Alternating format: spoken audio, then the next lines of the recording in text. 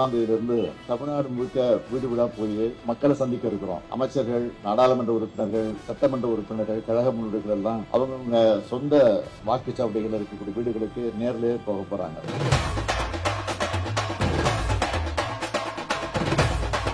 தமிழ்நாட்டினுடைய மண், மொழி, மானம் காக்க மக்கள் எல்லாரையும் ஓரணையில் திரட்டுறதுதான் இதனுடைய அடிப்படையும் முதன்மையான நோக்கம். என்னுடைய குடும்ப கட்சி உதயசூரியன் என்றும் என் தலைவர் எங்க அண்ணன் தளபதி தான்.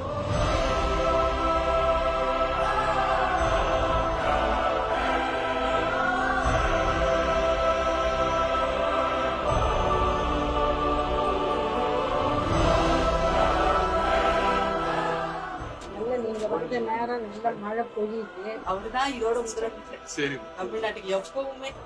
இந்த ஆட்சி நிலையா இருந்ததுன்னா எனக்கு ரொம்ப ரொம்ப சந்தோஷம். அடுத்ததும் நம்ம தான் சார் வருவோம்.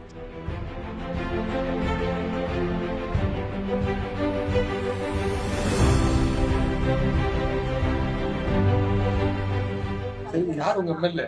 நீங்க தான் எம்எல்ஏ. குறைய சொல்ல மாட்டீங்க.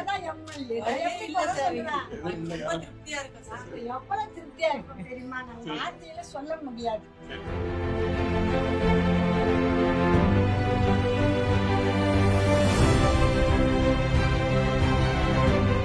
கலைஞர் உரிமை தொகை வாங்குறீங்களா? வாங்க வாங்க. யார் வாங்குறாங்க? வருதமா? கரெக்டா வருது. உங்களுக்கு வருது அம்மா.